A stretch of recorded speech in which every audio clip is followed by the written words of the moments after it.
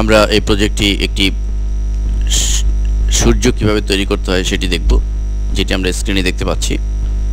তো এই ধরনের একটি সূর্য ক্রিয়েট করার জন্য আমাদের যা করতে হবে তা হচ্ছে টুল বক্সের এই রেক্টেঙ্গেল টুলটিতে ক্লিক করে চেপে ধরে আমরা সোজা ডান পাশে যে স্টারটি রয়েছে সেটি নির্বাচন করে আমরা স্ক্রিনের এভাবে ড্র্যাগ করব। তো আমরা এখানে দেখতে পাচ্ছি যে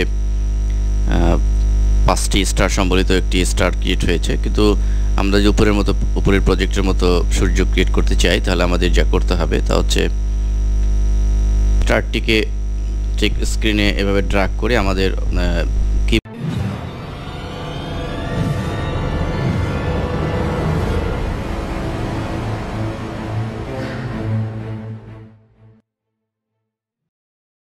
বোর্ডের যে আপ অ্যারো কি রয়েছে এটি মাউস চেপে ধরে রেখে এই আপ অ্যারো কির মাধ্যমে আমরা পয়েন্টারগুলো বাড়িয়ে নিতে পারি।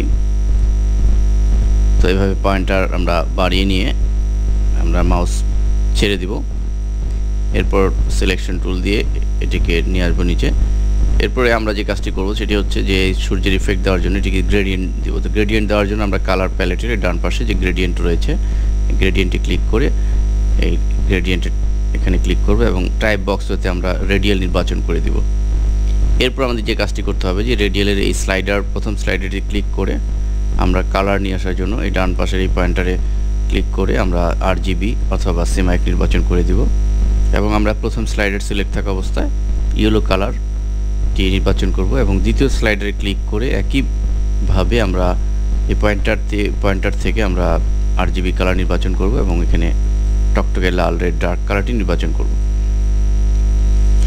এরপর আমরা যে কাজটি করব সেটি হচ্ছে যে আমরা উপরের আমাদের প্রজেক্টে আমরা দেখেছি যে সূর্যটি অর্ধেক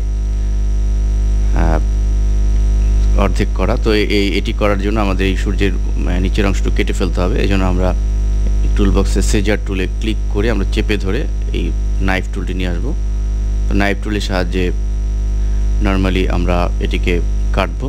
সেই জন্য আমরা কিবোর্ড থেকে শিফট এবং অল্টার চেপে যেন এই আমাদের যে এই কাটা এটা সমান হয়, এই জন্য শিফট অল্টার চেপে আমরা সুন্দরভাবে এটিকে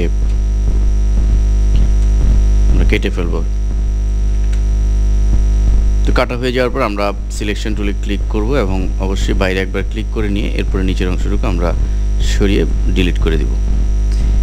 এখানে অবশ্য আমরা দেখতে পাচ্ছি যে এই কিছু অংশ এখানে এই অংশটুকু পারফেক্ট হয়েছে, কিন্তু এই অংশটুকু আমরা দেখতে পাচ্ছি যে সঠিকভাবে কাটা হয়নি। তো এখন আমরা এটিকে এডিট করতে পারি ডাইরেক্ট সিলেকশন টুলের সাহায্যে। এটিতে ক্লিক করে আমরা যখন এই পয়েন্টার আসবে তখন আমরা এটিকে চেপে ধরে শিফট চেপে আমরা যদি বাড়িয়ে দিই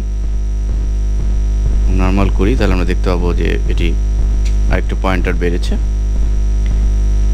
তো এভাবে আমরা সূর্যটাকে কাটবো। এরপর আমাদের যে কাজটি করতে হবে যে লেখার জন্য দি সান, এটিকে টাইপ টুলটি সিলেক্ট করে, যদি আমরা টাইপ টুলের বিস্তারিত আলোচনা আমরা পরবর্তী অধ্যায়ে আলোচনা করেছি, তো টাইপ টুলটি নর্মাল টাইপ করার জন্য আমরা এখানে জাস্ট ক্লিক করে এরপর আমরা কন্ট্রোল টি চেপে ক্যারেক্টার প্যালেটটি নিয়ে আসবো এবং এই টাইপটি একটু মডিফাই করার জন্য ফন্ট থেকে এরিয়াল ব্ল্যাক ফন্টটি আমরা নির্বাচন করে দেব এবং সাইজ আমরা এখানে থেকে 48 নির্বাচন করে দিলাম এবং আমরা এখানে লিখে দেব সুন্দরভাবে দি সান লেখার পরে এবং এই লেখাটিকে আমরা কালার চেঞ্জ করে দিতে পারি। একইভাবে আমাদের এই কালার প্যালেট থেকে যে নেভি ব্লু কালারটি দিয়ে দিলাম অ্যান্ড দেন এই দুটিকে আমরা এভাবে সিলেক্ট করে আমরা গ্রুপ করে ফেলতে পারি অবজেক্ট মেনু হতে গ্রুপ। তো এভাবে আমরা কোনো সূর্য বা এই জাতীয় যে কোনো চমৎকার অবজেক্ট আমরা ক্রিয়েট করতে পারি।